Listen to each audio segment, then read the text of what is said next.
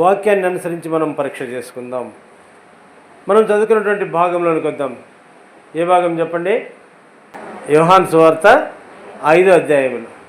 యోహాను సువార్త 5వ అధ్యాయంలో యేసు ప్రభువు యెరూషలేముకు వెళ్ళినాడు. యెరూషలేములో గొర్రెల ద్వారం దగ్గర ఒక కోనేరు ఉందంట. ఆ కోనేరు పేరు పేరు బెతెస్దా. బెతెస్దా కోనేరుకి 5 మంటపాలు ఉన్నాయంట. మంటపాలు అంటే ఇట్లనే ఉంటుంది. ఇది కూడా ఒక మంటపమే అనుకో. 3 గోడలు ఉంటాయి. ఒకవైపు ఓపెన్ ఉంటుంది. అక్కడ ఎవరైనా వచ్చి ఆశ్రయము పొందవచ్చు, విశ్రాంతి పొందవచ్చు. అక్కడ ఎవరైనా వచ్చి ప్రభువును ఆరాధించవచ్చు, ప్రభు దగ్గర తమ సమస్యలు పరిష్కారం చేసుకోవచ్చు. ఇక్కడ బెతెస్దా కోనేటికి ఒక ప్రత్యేకమైనటువంటి చరిత్ర ఉంది. ఏమిటిదబ్బా అంటే, ఆ బెతెస్దా కోనేటికి ఒక పేరుంది. అది స్వస్థపరిచే కోనేరు, పాపులర్ రిసార్ట్ అంట. ఇజ్రాయెల్ దేశంలో అది రిసార్ట్ అంటే అక్కడక్కడ బీచ్ రిసార్ట్లు ఉంటాయి, ఫారెస్ట్లో రిసార్ట్లు ఉంటాయి. అక్కడ కొంత సేద తీరేదానికి, విశ్రాంతి పొందేదానికి, స్వస్థత పొందేదానికి సౌకర్యాలు ఉంటాయంట. మసాజ్ చేసే మనుషులు ఉంటారు, నర్సులు ఉంటారు, తైలము ఇతరత్ర మర్దన చేసేటువంటి మనుషులు ఉంటారు. విశ్రాంతి కొరకైన ఏర్పాట్లు ఉంటాయి. మంచము, గది, మరి చక్కటి వాతావరణం, చక్కటి గాలి, ఇవన్నీ ఉంటాయి అక్కడ. ధనవంతులు అక్కడికి వెళ్తూ ఉంటారు. ఇప్పుడున్న రిసార్ట్స్ ఆ దినాల్లో, ఇజ్రాయెల్ దినాల్లో, యేసు దినాల్లో బెతెస్దా చాలా ప్రసిద్ధిగాంచినటువంటి రిసార్ట్ లేదా విశ్రాంతి ప్రదేశము, విశ్రాంతి స్థలము, స్వస్థత కలుగజేసేటువంటి ప్రదేశము. అందుకే అనేకులు అక్కడ వచ్చి ఉన్నారంట. ఆ మంటపాల నిండుగా గుంపులుగా పడి ఉన్నారంట. ఎటువంటి వారికి విశ్రాంతి అవసరము, ఎటువంటి వారికి స్వస్థత అవసరము, ఎటువంటి వారికి ఆదరణ అవసరము, ఎటువంటి వారికి సేదతీరుట అవసరం అంటే యేసు పిలిచినాడు.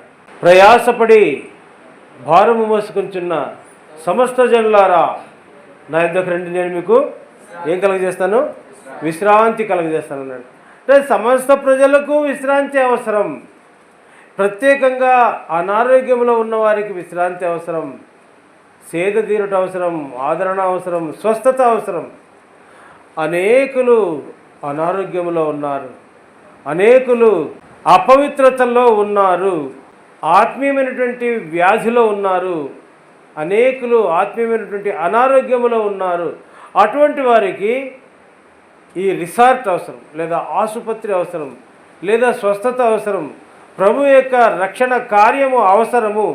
అది ఎక్కడ దొరుకుతుందబ్బా అంటే బెతెస్దా కోనేటిలో దొరుకుతుందని చాలామంది అక్కడికి సమకూడినారు. రకరకాల వ్యాధిగ్రస్తులు. ఇప్పుడు పాపులర్ వ్యాధి ఏమి? కరోనా. తర్వాత సెకండ్ పాపులర్ క్యాన్సర్, ఇంకా డెంగ్యూ, ఇంకా దాని తర్వాత ఇట్లాంటివన్నీ ఉంటాయి కదా, మలేరియా, టైఫాయిడ్, రకరకాల వ్యాధిగ్రస్తులు. ఇంతకుముందు చాలామందికి కాళ్ళు చేతులు సన్నగైపోయేటివి. ఏం వ్యాధి అది? పోలియో. పోలియో వస్తే చేతులు కాళ్ళు సన్నగా అయిపోతాయి. అదొక రకమైన వ్యాధి. అట్లా ఇంకా కొన్ని వ్యాధులు ఉంటాయి. మూతి చుట్టబోతుంది. పక్షవాతము. పక్షవాయు వ్యాధి అంటే ఒకవైపు అంతా కూడా పడిపోతాయి. కుడిపక్క వస్తే కుడిపక్క చెయ్యి కాలు పనిచేయదు, ఎడం పక్క వస్తే ఎడం పక్క చెయ్యి కాలు పనిచేయవు. చెయ్యి ఇట్లా ఎత్తికి ప్రయత్నం చేస్తాను కానీ చెయ్యి పైకి లేదు, స్వాధీనంలో ఉండదు. అవయవాలు స్వాధీనంలో ఉండవు. జీవం ఉంటుంది, మళ్ళీ ఎండిపోవు. రక్త ప్రసరణ ఉంటుంది, జీవం ఉంటుంది, కానీ కదలలేవు. సైజు కూడా ఏం తగ్గదు. ఈ చెయ్యి ఎంత ఉంటుందో ఆ చెయ్యి అట్లే ఉంటుంది, ఈ కాలు ఎట్లుంటుందో ఆ కాలు ఎట్లుంటుంది, కానీ కదిలేదానికి అవకాశమే ఉండదు. అది పక్షవాతం. నోటి దగ్గర నుంచి, కంటి దగ్గర నుంచి, ముక్కు దగ్గర నుంచి కింది వరకు ఒక పక్కంతా పడిపోతుంది. ఈ కన్ను చూపు బాగా కనిపిస్తుంది, ఈ కన్ను చూపు సరిగ్గా కనబడదు. నాలుక సగం పక్క రుచి తెలుస్తుంది, ఇంకొక సగం పక్క వ్యాధి సోకిన వైపుకి రుచి తెలియదు. ముక్కు కూడా 2 ఉంటాయి కదా, కుడివైపు వ్యాధి సోకితే కుడివైపు వాసన తెలీదు, ఎడమవైపు వ్యాధి సోకితే ఎడమవైపు వాసన తెలియదు. కనుక బెతెస్దా కోనేటి దగ్గర ఒక వ్యక్తి పడి ఉన్నాడు. యేసు వచ్చినప్పుడు అందరినీ చూసినాడు. గుంపులు గుంపులు గుంపులు గుంపులు పడినారు. అంతా అప్పుడప్పుడు వచ్చి తక్కువ కాలంలోనే ఉన్నటువంటి వాళ్ళు. ఒక వ్యక్తి మాత్రము ఎన్ని రోజులు అంటబ్బా, 5వ వచనం చదండి. యేసు వచ్చినాడు, చూసినాడు అక్కడ రోగులు గుంపులు గుంపులుగా కూర్చున్నారు, పడి ఉన్నారు, పండుకొని ఉన్నారు. యేసు అందరినీ గమనిస్తున్నాడు. ఒక వ్యక్తి ఉన్నాడంటే అక్కడ, ఆ వ్యక్తి గురించి 5వ వచనంలో రాయబడుతుంది. చదవండి. అక్కడ ఎన్ని ఏండ్ల నుండి? 38 ఏండ్ల నుండి వ్యాధి. ఏం వ్యాధి అక్కడ రాయబడలేదు, కానీ చాలామంది బైబిల్ పండితులు చెప్తారు అది పక్షవాతము, పాల్సీ అంటారు, పెరాలసిస్ అంటారు.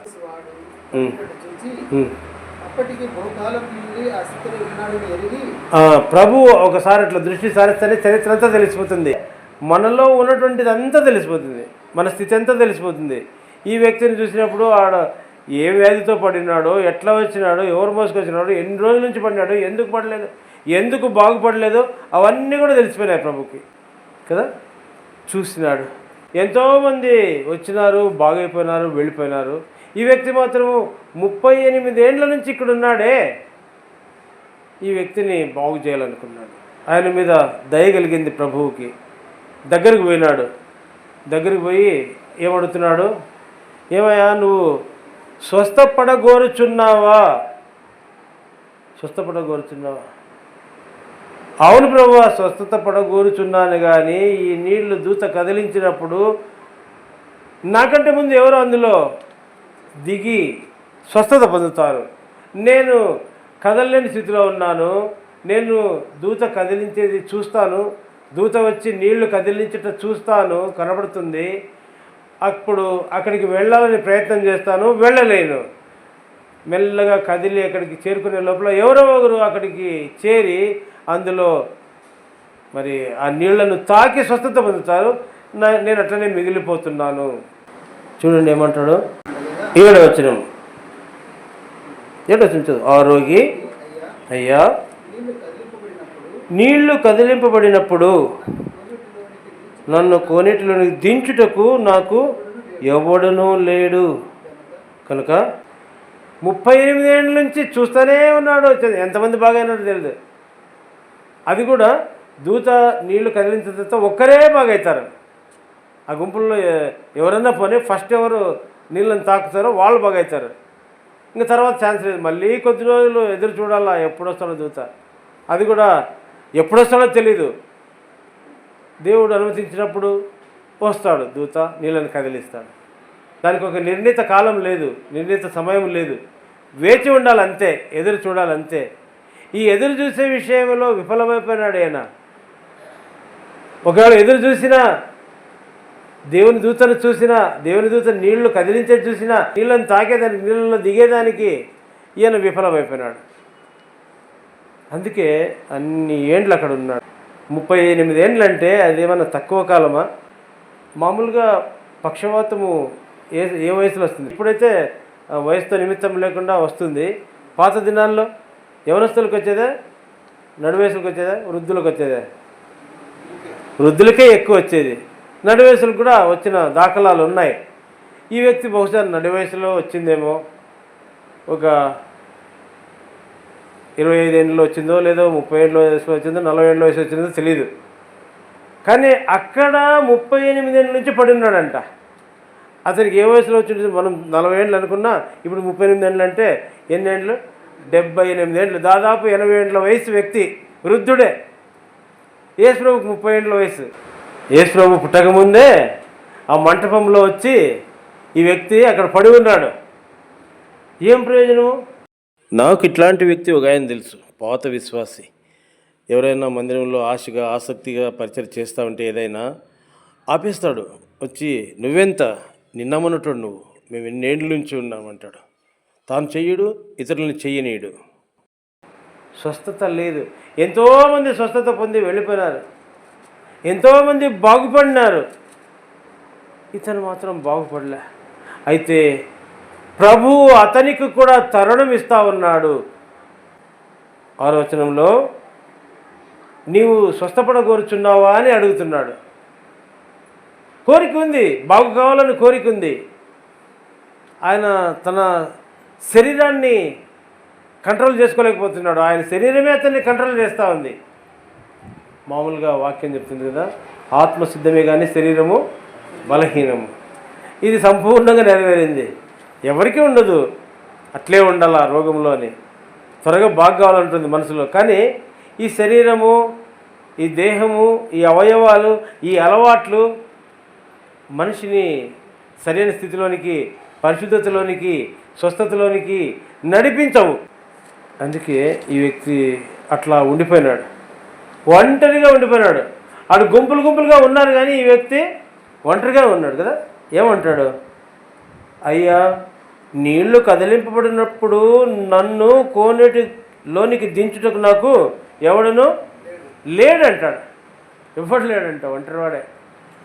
మనుషుల యొక్క స్థితి అట్లుంటుంది.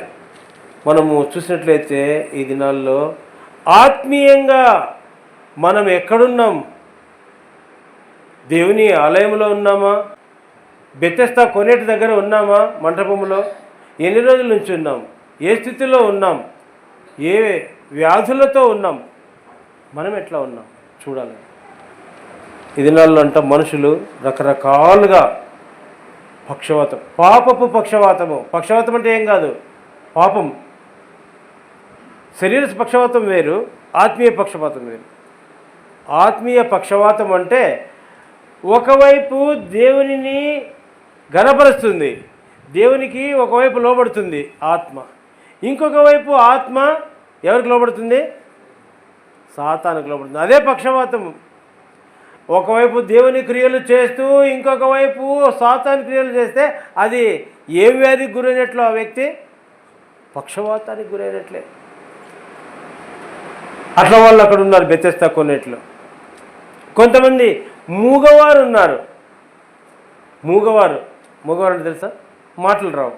భౌతికంగా మూగవాళ్ళ సంగతి మనకు తెలుసు. ఆత్మీయంగా మూగవాళ్ళు అంటే యేసు ప్రభు చూస్తూ ఉన్నాడు. ఈ వ్యక్తి అడగలేని పరిస్థితుల్లో ఉన్నాడు.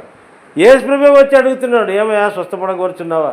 గుడ్డోడైతే వాడిని కనబడదు. ఎవరినో అడిగి ఏందో శబ్దం అడిగి ఏంది అంత గలట ఉందంటే, ఏదో నజరేయుడని యేసు దారిలో పోతున్నాడు అబ్బా అంటే ఏం చేసినాడు? కేకలు వేసినాడు. నజరేయుడు యేసు, ప్రభువా కరుణించు అన్నాడు. ప్రభు ఏం చేసినాడు? కేకలు విని బాగు చేసేసాడు, కళ్ళు తెరిచినాడు. ఈ వ్యక్తి అరవలే, పిలవలే, కనీసం మెల్లగానే పిలవలే. ఏమనుకోవచ్చు? ఆత్మీయమైనటువంటి మూగ స్థితి, ప్రార్థన చేయలేని స్థితి, ఆరాధన చేయలేని స్థితి, వాక్యము ధ్యానించలేని స్థితి, పలకలేని స్థితి, అది మూగవాని స్థితి. మూగవాళ్ళు ఉన్నారు, ఆత్మీయంగా ఎంతోమంది ఉన్నారు. చెవిటి వాళ్ళు కూడా ఉంటారు. దేవుని సన్నిధిలో చక్కగా కూర్చుంటారు, ఎక్కడో ఆలోచన ఉంటుంది. ఎంత గట్టిగా చెప్పినా, ఎంత మైక్ సౌండ్ పెట్టినా చెవుల్లోకి పోదు, హృదయంలోకి అస్సలు పోదు. చెవుల్లోకి పోయినా ఈ చెవిలో పోయి ఈ చెవిలో వచ్చేస్తుంది. ఏంది? దేవుని వాక్యం. అట్లాంటి వాళ్ళే చెవిటి వాళ్ళు. ఈ చెవులు బాగుంటాయి, వాడట్లా వీడిట్లంటే అని రిక్కబడుచుకొని చెవులు పెద్దవి చేసుకొని వింటారు. దురద చెవులు అవి. అయితే దేవుని వాక్యము, దేవుని ఆజ్ఞలు, దేవుని మాటలు వినుటకై చెవిటి వారు ఉంటారు. అటువంటి వారు కూడా అక్కడ బెతెస్దా కోనేటి దగ్గర పడి ఉన్నారు. వాళ్ళలో ఎంతోమంది బాగైపోయినారు. ఇంకెట్లాంటి వాళ్ళు ఉంటారు? రకరకాల కుంటోళ్ళు ఉంటారు, గుడ్డోళ్ళు ఉంటారు కదా, ఉంటారు. వాళ్ళు కూడా ఉంటారు. వాళ్ళు కూడా స్వస్థత పొంది వెళ్ళిపోయినారు. అయితే ఆ బెతెస్దా కోనేరు ఆసుపత్రితో సమానం. దేవుని మందిరము ఆసుపత్రితో సమానం. దేవుడు సంచరించే స్థలము ఒక ఆసుపత్రితో సమానం. రిసార్ట్ అంటారు. ఆదరణ పొందేటువంటి స్థలం, విశ్రాంతి పొందేటువంటి స్థలము, స్వస్థత పొందేటువంటి స్థలము, దేవుని ప్రేమను పొందేటువంటి స్థలము, దేవుని దయను పొందేటువంటి స్థలము, దేవుని వాత్సల్యమును పొందేటువంటి స్థలము. కనుక అక్కడ ఆ పరుపంట వాడు ఎక్కడున్నాడు? కొన్నిట్లోనే ఉన్నాడు.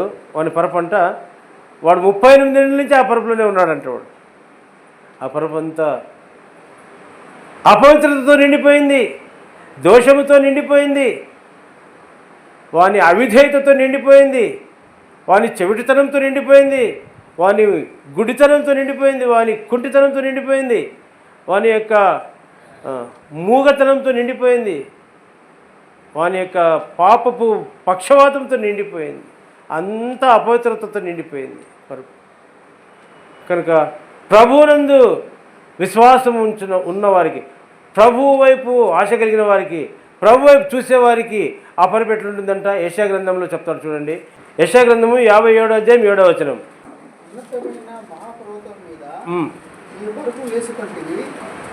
బలి అర్పించుటకు అక్కడికే ఎక్కితివి, తలుపు వెనుకను నీ జ్ఞాపక చిహ్నము ఉంచితివి. చాలు. ఈ కోనేరు దేవుని స్థలము, దేవుణ్ణి ఆరాధించే స్థలము, దేవుణ్ణి మహిమపరిచే స్థలము, దేవుని శక్తిని పొందుకునే స్థలం. మనం దేవుని వైపు చూసే వాళ్ళకైతే అది ఎట్లాంటి స్థలం అంట? ఉన్నతమైన స్థలం అంట. ఉన్నత స్థలంలో ఒకవేళ బలహీనతలు ఉండొచ్చు, ప్రభు వైపు చూసేవాడికైతే అది ఉన్నత స్థలంలో దేవుని దగ్గర ఉండేటువంటి స్థలం. అక్కడ విశ్రాంతి, స్వస్థత కలుగుతుంది. మత్తయి సువార్త చూడండి 25:35. ప్రభువు ఆ ఆసుపత్రిలో లేదా ఆ బెతెస్దా కోనేటిలో వచ్చిన వారికి, ప్రభు వైపు చూసిన వారికి, విశ్వాసం కలిగిన వారికి చెప్పేటువంటి మాట, నిన్ను నేను స్వస్థపరుస్తాను, నిన్ను నేను బాగు చేస్తాను, ఎందుకంటే నీ మనస్సు నా మీద ఉంది, నా ఆజ్ఞల మీద ఉంది, నీవు ఒకనికి బాగు చేసినావు అంటాడు. చదవన్నా మత్తయి సువార్త 25వ అధ్యాయము 35 నుంచి 40 వరకు. నేను ఆకలి కొంటిని, మీరు నాకు భోజనం పెట్టిదిరి, దప్పిగొంటిని, దాహమిచ్చితిరి, పరదేశినై ఉంటిని, నన్ను చేర్చుకున్నారు, తరిమివేలే, దిగంబరినై ఉంటిని, బట్టలు ఇచ్చినారు కట్టుకునేదానికి, పరుచుకునేదానికి, రోగినై ఇంటిని చూడవచ్చినారు, చూసేదానికి వచ్చినారు, పరామర్శించినారు, తృణీకరించలేదు, చెరసాల్లో ఉంటిని, నా యొద్దకు వచ్చి నన్ను ఆదరించినారు అంటాడు. వీళ్ళు ఎప్పుడు నీవు ఆకలిగా ఉన్నావు, ఎప్పుడు నీవు దప్పికొన్నావు, నీకెప్పుడు నీళ్ళు ఇచ్చినావు, నీకెప్పుడు ఆహారం పెట్టినామంటే, మిక్కిలి అల్పులైన ఈ నా సహోదరులలో ఒకనికి మీరు చేసితిరి కనుక నాకు చేసితిరి అని నీతో నిశ్చయముగా చెప్తాను అంటాడు కదా. అక్కర్లో ఉన్నవారిని ఆదరించిన వాళ్ళు, ఇబ్బందులు ఉన్నవారిని, కష్టాల్లో ఉన్నవారిని ప్రేమించిన వారు దేవుని యొక్క మెప్పు పొందుతారు. దేవుడే వారిని మెచ్చుకుంటాడు. నాకు చేసినావు నీవు అంటాడు. కనబడతారు ఎవరైనా ఆహారం లేకుండా ఉండేవాళ్ళు, బట్టలు లేకుండా ఉండేవాళ్ళు కనబడతారా? కొంతమందికి కనబడరు, గుడ్డివారికి కనబడరు, ఆత్మీయ నేత్రాలు కలిగిన వాళ్ళకి కనబడతారు. వాళ్ళు అట్లనే ఉంటారు, బెతెస్దా కొనేట్లనే ఉంటారు, కానీ 38 ఏళ్ళు కాదు, 48 ఏళ్ళు కానీ అట్లే ఉంటారు చాలామంది. అయితే ప్రభువును చూసేటువంటి వారు ఏ బలహీనత ఉన్నా, ఏ అనారోగ్యం ఉన్నా అక్కడ త్వరగా స్వస్థత పొందిపోతారు. రకరకాల మనుషులు ఉంటారు, రకరకాల బలహీనతలు ఉంటారు, రకరకాల పాపాలు ఉంటాయి. అక్కడ వచ్చి త్వరగా బాగుపడిపోయిన వాళ్ళు ఉన్నారు. మనం ఎట్లుండాలంటే త్వరగా బాగుపడాలా. మనకు కూడా పాపపు రోగము, రకరకాల బలహీనతలు ఉన్నాయి. అయితే ఈ వ్యక్తి 38 ఏళ్ళు అయినా కూడా బాగాలే. యేసు రాకపోతే ఒకవేళ బాగుపడేవాడైనా బాగుపడే అవకాశం ఉందా? దయదలిచి మనకు కూడా దేవుని దయ ఉంది. మనం అట్లే ఉన్నా, ఆ పరుపులోనే ఉన్నా, ఆ పవిత్రతలోనే ఉన్నా, ఆ దోషములలోనే ఉన్నా దేవుడు మనల్ని విడిచేవాడు కాదు. మన దగ్గరికి వస్తాడు. స్వస్థపడగోరుచున్నావా? నాకెవరు సహాయం చేయలేదు ప్రభా స్వస్థపడేదానికి, దాంట్లో దిగుదాం అనుకుంటున్నారు కానీ ఎవరు లేరంట. కీర్తన గ్రంథం చూడండి 142:4 వచనం. నా కుడి పక్కన నిదానించి చూడు ప్రభువా, నేను ఎన్ని రోజుల నుంచి కాసుకున్నాను బాగుపడేదానికి, ఆ దాంట్లో దిగేదానికి, స్వస్థత పొందేదానికి. కుడి పక్కన చూడు ఎవడు లేడు, ఎడం పక్కన చూడు ఎవడు లేడు, ముందు వెనక ఎవడు లేడు, గుంపులు గుంపులుగా ఉన్నారు కానీ ఎవరు లేరంట. నన్ను ఎరిగినవాడు ఒకడును నాకు లేకపోయాను. ఏం దాని అర్థము? అంతమంది ఉన్నారే, ఒకడు లేడా? వీని మంచి పనులు చూసినవాడు ఒకడు లేడు, అంత వీని చెడు పనులు చూసిన వాళ్ళే. అమ్మ వాని దగ్గరికి పోతేనా వాడమ్మా మాకు కష్టం అబ్బా, వాడు ఏదో ఒకటి కీడు చేస్తాడు, ఏదో ఒకటి తంట తెస్తాడు, వాని దగ్గరికి ఎందుకు లేపని పక్కకు పోయేవాళ్ళు, దూరం పోయేవాళ్ళు, భయపడేవాళ్ళు ఉన్నారు. అట్లా వాళ్ళు మనం అట్లా ఉండకూడదు.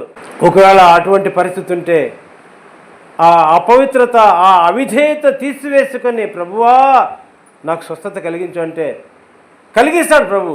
స్వస్థత ఇచ్చేదానికే ప్రభు వచ్చినాడు. నశించిన దానిని వెతికి రక్షించేదానికే ఈ లోకానికి వచ్చినాడు. ఎంత ఘోర పాపాత్ములైనా ఆయన ప్రేమించి, అయితే ఆ ఘోరమైనటువంటి దుష్టత్వమును, అపవిత్రతను, అవిధేయతను విడిచిపెట్టేదానికి సిద్ధంగా ఉండాలి. మనము ఆ అపవిత్రతను విడిచిపెడితే, ఆ దుష్టత్వమును విడిచిపెడితే, ఆ దౌర్జన్యమును విడిచిపెడితే, ఆ బలాత్కారమును విడిచిపెడితే దేవుడు మనల్ని స్వస్థపరుస్తాడు. తనకు మహిమకరముగా పరిపూర్ణ ఆరోగ్యము, బలము ఇస్తాడు. యేసు ప్రభు ఆ ఆసుపత్రిలో టెస్టులు చేస్తాడు. ఆసుపత్రికి పోతే ఏ రోగం ఉందో అని టెస్ట్ చేస్తారు కదా, బ్లడ్ టెస్ట్ చేస్తారు, స్కానింగ్ చేస్తారు, తర్వాత ఎంఆర్ఐ చేస్తారు, ఎక్స్రే తీస్తారు, ఎక్కడ ఏం ఫాల్ట్ ఉందో చూసేది. ఆత్మీయంగా ప్రభువు పరిశీలించేవాడు, పరిశోధన చేసేవాడు. కీర్తన 7వ అధ్యాయం చూడండి, కీర్తన 7వ అధ్యాయం 9వ వచనం. హృదయములను అంతరింద్రియములను పరిశీలించే నీతి గల దేవా, దుష్టుల చెడుతనము మాన్పుము. హృదయములను అంతరింద్రియములను దేవుడు పరిశీలిస్తాడంట. ఇప్పుడుండే స్కాన్లు శరీరంలో ఉండే అవయవాలన్నింటినీ పరీక్షిస్తాయి. ఏ కొంచెం ఉన్నా కూడా ఎంఆర్ఐ తీస్తే తెలిసిపోతుంది. అయితే అంతరంగములో, ఆత్మలో, హృదయంలో ఉండేది ఎవరు చెప్పలేరు, ఎవరు తెలుసుకోలేరు. ప్రభువు, దేవుడు, మన తండ్రి అంతరంగంలో ఉండేది చూస్తాడు ఆయన. చాలామంది మనుషులు చూడలేదని దాచుకుంటారు, కానీ దేవుడు చూస్తూ ఉన్నాడు దాన్ని. అందుకే ఆయన ఎక్స్రే తీస్తాడు, ఎంఆర్ఐ చేస్తాడు. హృదయంలో పలానా ఫాల్ట్ ఉంది, పలానా ప్రాబ్లం ఉంది, దాన్ని సరి చేసుకోవాలంటాడు. పలానా గర్వం ఉంది, పలానా అసూయ ఉంది, దాన్ని తీసివేయాలా, దానికి సరైన మందు వేయాలా. యేసు రక్తమే ఆ మందు, ఏ రోగానికైనా కూడా. సర్వలోక పాపులను పరిహారం చేసేదాని కొరకై, అందరినీ బాగు చేయుట కొరకై, స్వస్థపరచుట కొరకై శిలువలో రక్తం కార్చాడు. అందరినీ పవిత్రపరిచేదాని కొరకై శిలువలో రక్తం కార్చినాడు. యోహాను సువార్త 1వ అధ్యాయం 48వ వచనం చూడండి. నన్ను నీవు ఎలాగ ఎరుగుదువని నతనయేలు ఆయనను అడగగా, ఇక్కడ ఫిలిప్ నతనయేలుని పిలుచుకొస్తాడు ప్రభు దగ్గరికి. ఫిలిప్ చెప్తాడు, ఫిలిప్ గురించి యేసు చెప్తాడు, ఈయన నిజముగా ఇశ్రాయేలీయుడు, ఈయనలో ఏ కపటం లేదంటే, నతనయేలు అంటాడు, అయ్యా నువ్వు నన్ను ఇంతకుముందు ఎప్పుడు చూడలేదు కదా, నన్ను ఎట్లా ఎరుగుదు నువ్వు అంటే ప్రభు చెప్తాడు ఆ మాట. చదువు బ్రదర్. యేసు ఫిలిప్ నిన్ను పిలవక మునుపే నీవు ఆ అంజూరపు చెట్టు కింద ఉన్నప్పుడే నేను నిన్ను చూచి తినని చెప్పాను. ఎక్కడున్నా కూడా చూసేటువంటి ప్రభు, దాగి ఉన్న, బహిరంగంగా ఉన్న, లోపల ఉన్న, బయట ఉన్న, మనుషుల మధ్యలో ఉన్న, అడవిలో ఉన్న అందరినీ తేటగా గమనిస్తూ ఉన్నాడు. అయితే యథార్థ హృదయాలను ఆయన యథార్థంగా చెప్తాడు, ఈయన నిజముగా ఇశ్రాయేలుడు అన్నాడు నతనయేలుని. మనం అటువంటి సాక్ష్యం పొందాలి ప్రభు చేత. బ్లడ్ టెస్ట్ తీసుకురాపో అంటే ఏమనుకుంటాం? బ్లడ్ ఇచ్చేటప్పుడు ఏమనుకుంటాము? బాగా రావాలనుకుంటాం. ఏం ఉండకూడదు, టైఫాయిడ్ ఉండకూడదు, మలేరియా ఉండకూడదు, డెంగ్యూ ఉండకూడదు, ఏముండకూడదు, ఆ బ్లడ్ రిపోర్ట్ నార్మల్ రావాలనుకుంటాం అని కోరుకుంటాం. హృదయములో పాపము ఉండకూడదని మనం కోరుకోవాలి. ప్రభువు పరిశీలించినప్పుడు, ప్రభువు సాక్ష్యం ఇచ్చినప్పుడు, ఇదిగో ఈయన నిజముగా ఇశ్రాయేలీయుడు, ఈయనందు ఏ కపటము లేదని ప్రభు చెప్పాలా. నతనయేలు పొందినాడు. మనం అట్లా సాక్ష్యం పొందాలి ప్రభు చేత. మనందుకు మనం నాలో ఏం దోషం లేదు, నాలో ఏం రోగం లేదంటే తర్వాత ఎప్పుడో రోజు హార్ట్ అటాక్ వచ్చిపోతుంది. చూపించుకోకపోతే, స్కానింగ్ చేసుకోకపోతే ఏమవుతుంది? లోపల క్యాన్సర్ ఎక్కువైపోయి, డెంగ్యూ చూపించుకోకపోతే, టెస్టులు చేసుకోకపోతే రక్తమంతా పోయి ఒకరోజు మరణించాల్సి వస్తుంది. అయితే దినదినము పరీక్ష చేసుకోవాలి, టెస్టులు చేసుకోవాలి.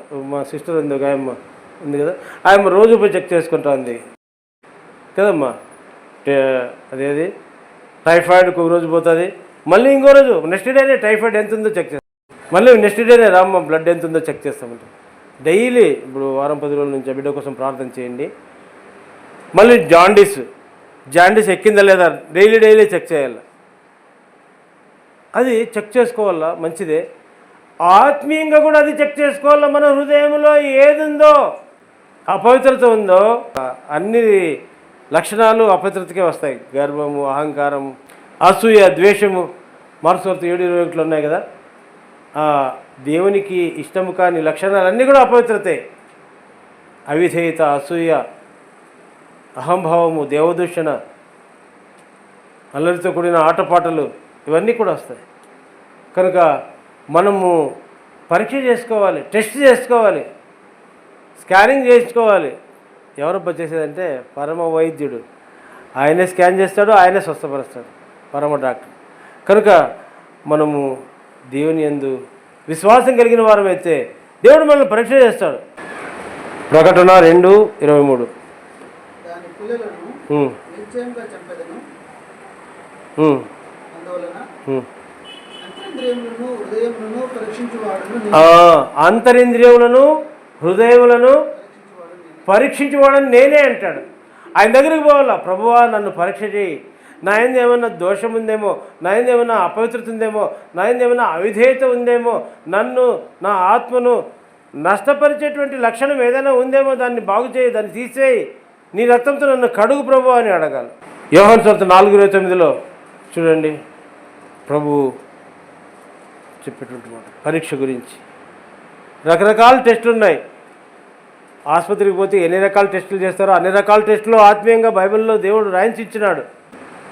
మీరు వచ్చి నేను చేసినవన్నీ నాతో చెప్పిన మనుషుల్ని చూడండి, నేను క్రీస్తు కూడా అని ఆ ఊరికి చెప్పగా. యోహాను సువార్త 4:4 సమరయ స్త్రీ ఉంది. సమరయ స్త్రీ ప్రభుతో మాట్లాడుతూ ఉంది ఆ బావి దగ్గర, యాకోబు బావి దగ్గర.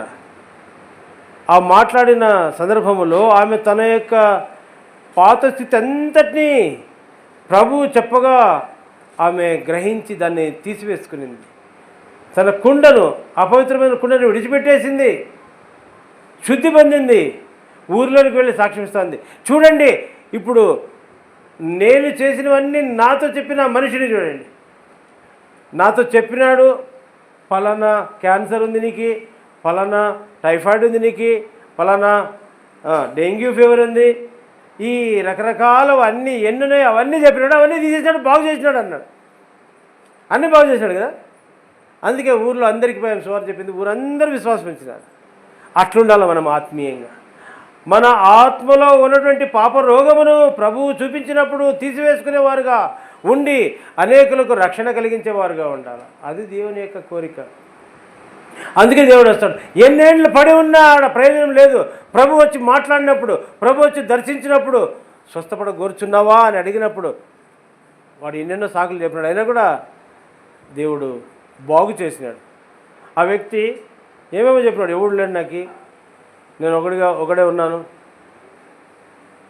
నాకు అనిపిస్తుంది రకరకాలుగా అట్ల బ్రదర్ ఇట్ల బ్రదర్ అని మనం చెప్పుకుంటూ ఉంటాం కదా. ఎవరు చెప్పుకోరా? అందరూ చెప్తూ ఉంటారు.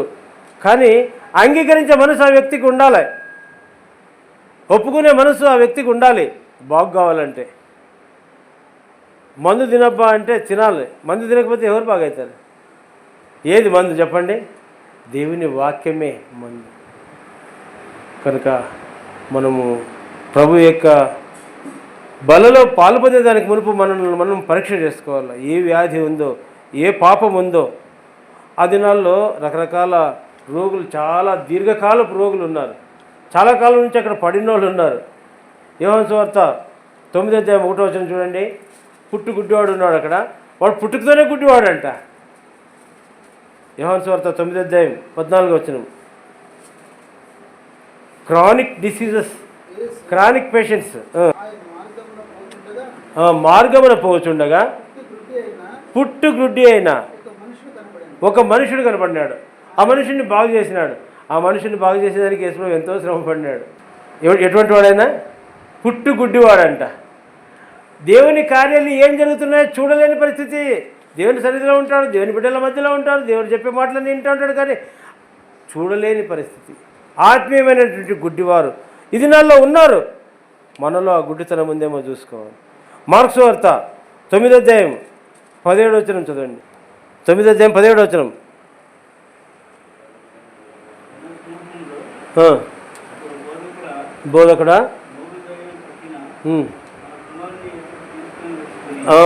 ఏం దయ్యమంట? నా కుమారునికి మూగదయం పట్టింది ప్రభు, వాడు ప్రార్థన చేయలేడు, వాక్యం చదవలేడు, వాక్యం చెప్పలేడు, సువార్త చెప్పలేడు, వాడికి ఏం దయ్యం పట్టింది? అది సంగతి. మనలో ఎవరున్నారు అట్లా వాళ్ళు? తర్వాత లూకా సువార్త 8:43 అక్కడ ఒక స్త్రీ ఉంది. ఆమె గురించి మనకు బాగా తెలుసు. 12 ఏళ్ల నుంచి ఆమెకు రక్తస్రావ రోగం ఉందంట. చదవండి 8వ లూకా సువార్త 43.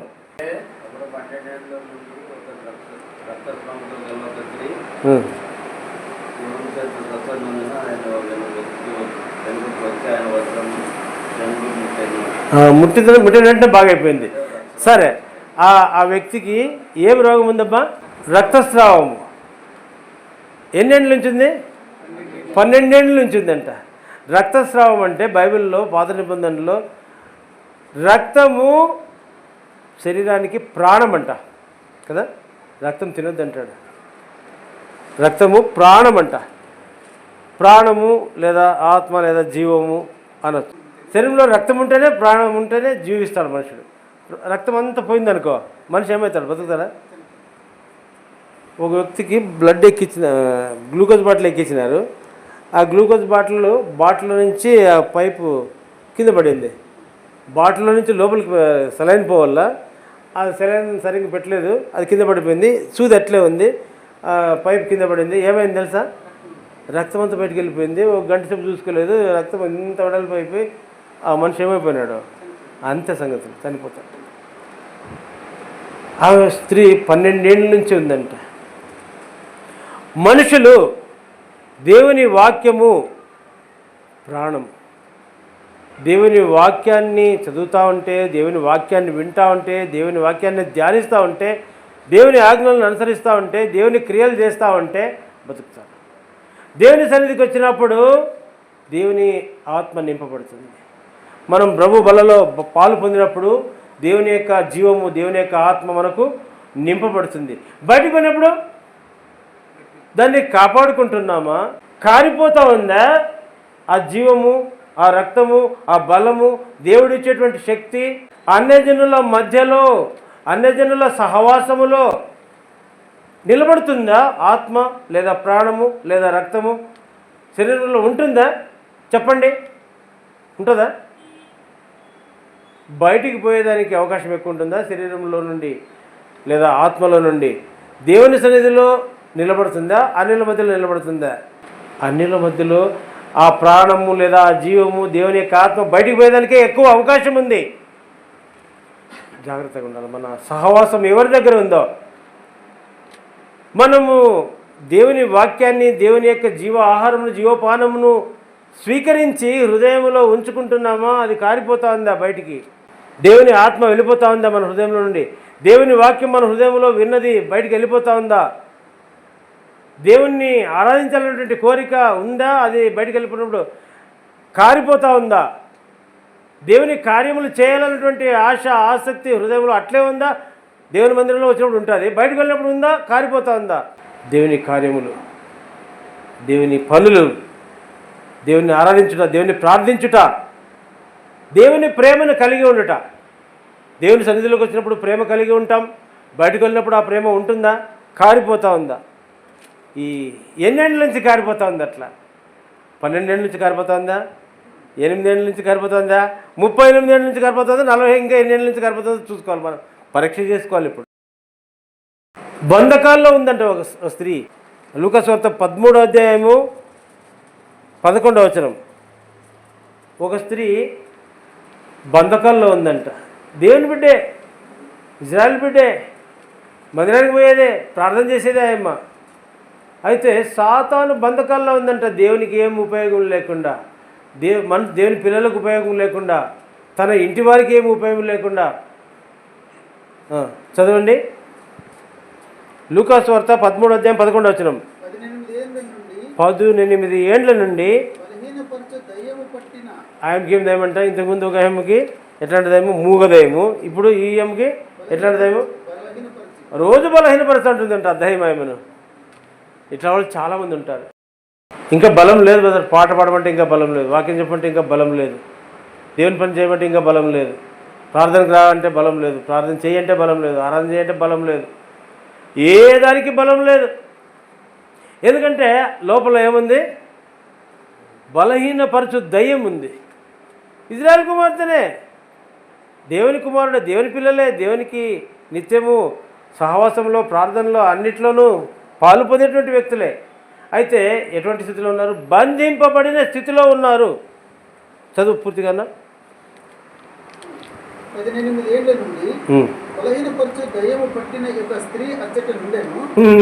చాలు, అచ్చట నుండి ప్రభువే దగ్గరకు వచ్చి విడిపించినాడు. ప్రభు చేత బంధకాలు విడిపించబడేదానికి గ్రహింపగలిగిన వారు కూడా, ఈ బంధకాలు నాలో ఉన్నాయని గ్రహించాలా.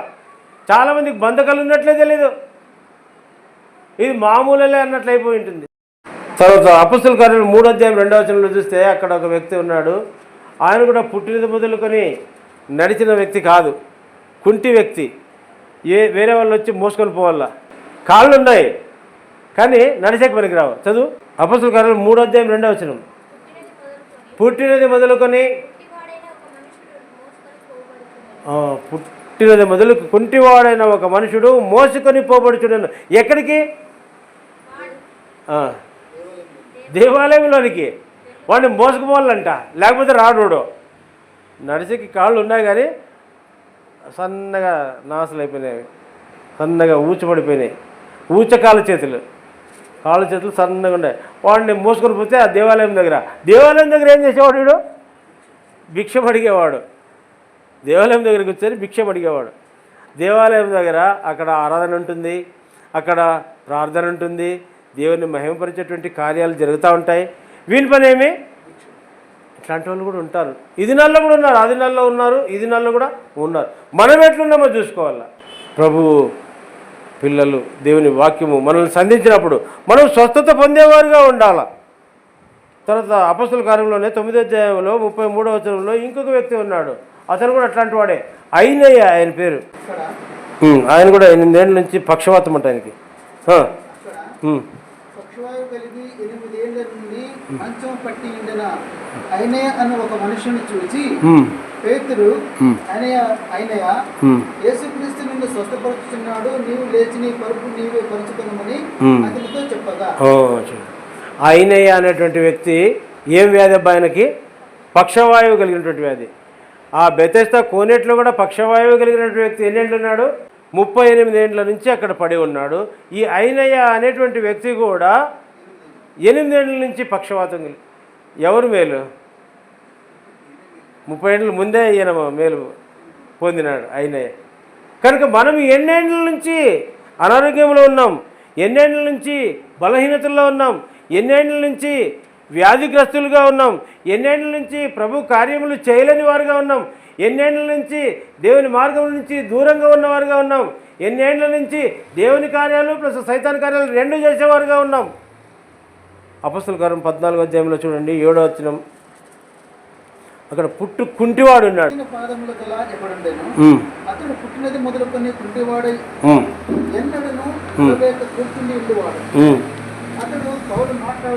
ఎన్నడను నడవలేక కూర్చుండి ఉండేవాడు, పుట్టినది మొదలుకొని. కనుక మనము ఎట్లా ఉన్నాము? ఇప్పుడు దేవుని సన్నిధిలో వచ్చినాము, వాళ్ళు దేవుని సన్నిధిలోనే ఉన్నారు. చాలామంది భక్తులను మనం చూసుకున్నాము, బాగుపడిన వాళ్ళని చూసినాం. వ్యాధిగ్రస్తులే ముందు, ఇప్పుడు బాగుపడినారు. మనం కూడా వ్యాధిగ్రస్తులమే. అయితే వాళ్ళు బాగుపడినట్లుగా మనం బాగుపడుతున్నామా? దేవుని స్వస్థత పొందుతున్నామా? దేవుని జీవం పొందుతున్నామా? దేవుని బలం పొందుతున్నామా? దేవుని శక్తిని పొందుతున్నామా? దేవుని కార్యములు చేస్తూ ఉన్నామా? దేవుని వల్ల ఇతరులకు ప్రేమ చూపిస్తున్నామా? ఆ ప్రేమ ద్వారా ఇతరులకు సహాయం చేస్తున్నామా? పరీక్ష చేసుకోవాలి. ఇప్పుడు యేసు ప్రభువు ఏమంటాడు? నా యందు నిలిచి ఉండండి అంటాడు. యోహాను సువార్త 15వ అధ్యాయంలో 3వ వచనంలో 4వ వచనంలో అంటాడు, నేను మీతో ఇప్పుడు చెప్పిన మాటను బట్టి మీరు ఇప్పుడు పవిత్రులై ఉన్నారు. చదవండి, నా యందు నిలిచి ఉండండి, నేను మీ యందు నిలిచి ఉందును అంటాడు. కనుక ముందు మనం ఆయన యందు నిలిచి ఉండాలా. వీళ్ళంతా దేవుని సన్నిధిలో ఉన్నారు కానీ మనం చూసుకున్నటువంటి వ్యక్తులు బెతెస్దా కోనేటి దగ్గర 38 ఏళ్ళ నుంచి ఉన్నాడు కానీ ఆయన దేవుని దేవుని సన్నిధిలో ఉన్నానని అనుకున్నాడు, కానీ ఎక్కడున్నాడు ఆయన? దేవుని సన్నిధికి దూరంగా ఆయన హృదయం ఉంది. అందుకే స్వస్థత పొందలేదు. దేవుడే దిగి వచ్చినాడు మన దగ్గరికి. ఈ బల్ల సమయంలో మన దగ్గరికి వస్తున్నాడు, మనతో మాట్లాడుతూ ఉన్నాడు, మన పరిస్థితిని గురించి హెచ్చరిస్తూ ఉన్నాడు. సరి చేసుకోవాలి. సరి చేసుకుంటే దేవుని శక్తిని పొందుతాం, బాగుపడతాం, దేవునికి మహిమ కలిగిస్తాం, ఇతరులకు క్షేమం కలిగిస్తాం, ఇతరులకు ఆదరణ కలిగిస్తాం.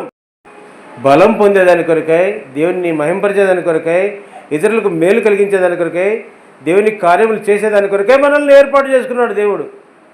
కనుక మనం గ్రహింపు కలిగి మన కార్యములలో, మన యొక్క స్థితిలో ఏ విధంగా ఉన్నామో పరీక్ష చేసుకుని ప్రభు బలలో పాలు పొందుతాం.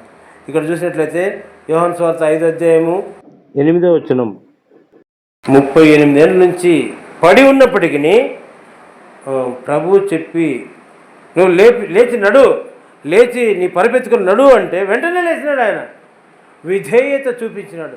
విధేయతలో స్వస్థత ఉంది, విధేయతలో శక్తి ఉంది, విధేయతలో దేవుని యొక్క బలం ఉంది. ఆయన బలం పొందినాడు. చదవండి అన్నమాట, అందరం కలిసి చదువుకుందాం.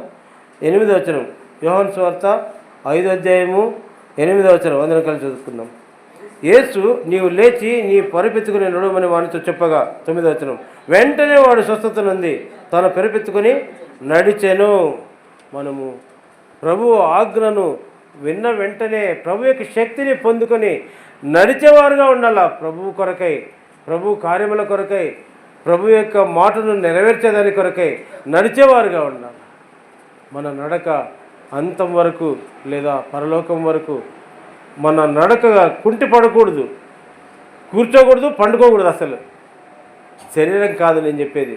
శరీరానికి విశ్రాంతి అవసరమే, భోజనం అవసరమే, కొంచెంసేపు కూర్చోవడం అవసరమే, రాత్రిపూట్ల పండుకొని నిద్రపోవడం అవసరమే.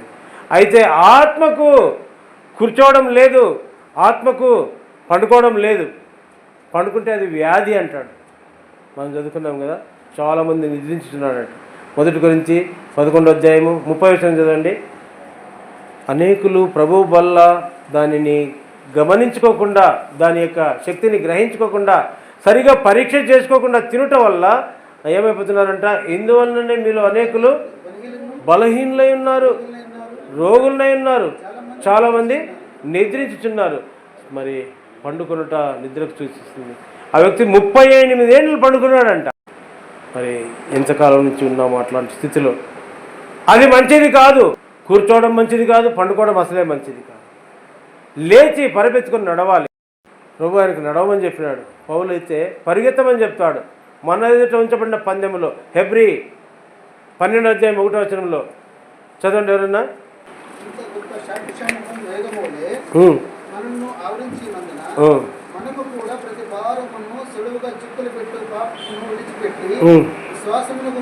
విశ్వాసమునకు కర్తయు దాన్ని కొనసాగించువాడినని యేసు వైపు చూచుచు మన ఎదుట ఉంచబడిన పందెములో ఓపికతో పరిగెత్తుదము. చూడండి, పరిగెత్తాలంట, దేవుని కాదు.